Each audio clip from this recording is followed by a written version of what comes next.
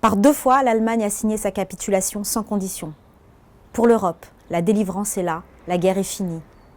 Enfin, après tant de souffrances et de désolation, après tant d'espérance et de luttes acharnées, même les épreuves les plus douloureuses ont une fin, même les tempêtes les plus dévastatrices s'achèvent. Une joie bouleversée emplit les cœurs, les drapeaux ornent les fenêtres, les embrassades se noient dans la liesse populaire. Derrière les larmes de joie, celles de la peine affleurent.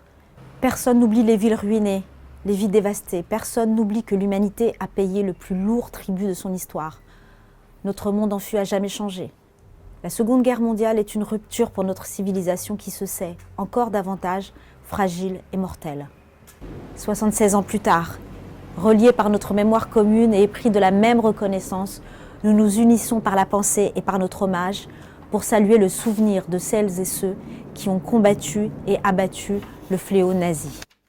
Pour notre pays, rien ne fut simple. Ce combat prit de nombreux visages et la victoire 1000 chemins. Malgré les ardents soldats de Montcornet, d'Abbeville, des Alpes, de Saumur et tous ceux de 40, l'ombre de l'occupation, de la division puis de la collaboration a jeté son voile obscur sur la France.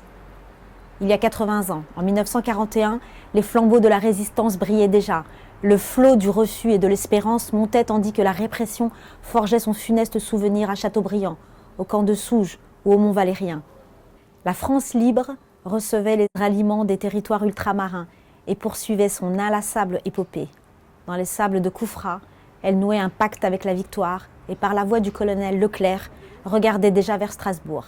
À l'instar d'Hubert Germain, dernier des compagnons de la Libération, ce fut toute une jeunesse ardente et résistante qui refusa la défaite et l'asservissement, qui refusa de servir les desseins de l'occupant.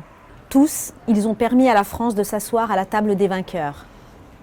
Ce fut rendu possible par le combat acharné des armées françaises et des armées alliées, par les forces françaises libres qui jamais ne cessèrent la lutte, pour le dévouement des résistants de l'intérieur, par chaque Française et Français qui a refusé l'abaissement de la France et la négation de ses valeurs.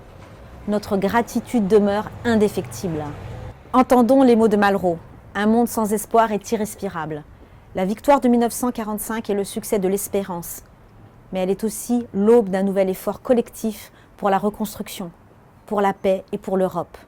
Hier comme aujourd'hui, face aux épreuves et aux crises du temps, la nation française se tient debout, résiliente et espérante. Unie et solidaire, souvenons-nous de l'adversité surmontée et de la liberté reconquise.